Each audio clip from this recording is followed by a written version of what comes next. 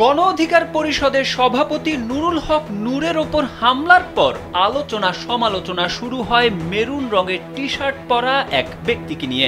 কারণ ভিডিওতে দেখা যায় মেরুন রঙের টি শার্ট পরা ওই ব্যক্তি গণ অধিকার পরিষদের নেতাদের বেধড়ক মারধর করছেন। পরে সেনা সদস্যরা তাকে আটক করলে হেলমেট পরা এক পুলিশ তাকে সরিয়ে নেয়।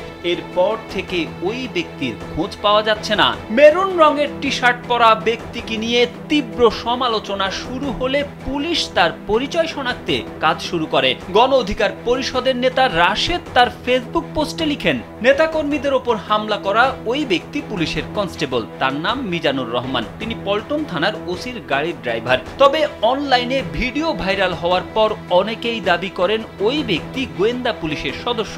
বিষয়টি নাকচ করে ডিএমপির ডিবির যুগ্ম কমিশনার মোহাম্মদ নাসিরুল ইসলাম বলেন, ওই ব্যক্তি ডিবির কেউ নন। ঘটনার সময় যারা দায়িত্বে ছিলেন সবাই পোশাক পরা ছিল, সিভিলে কেউ ছিল না।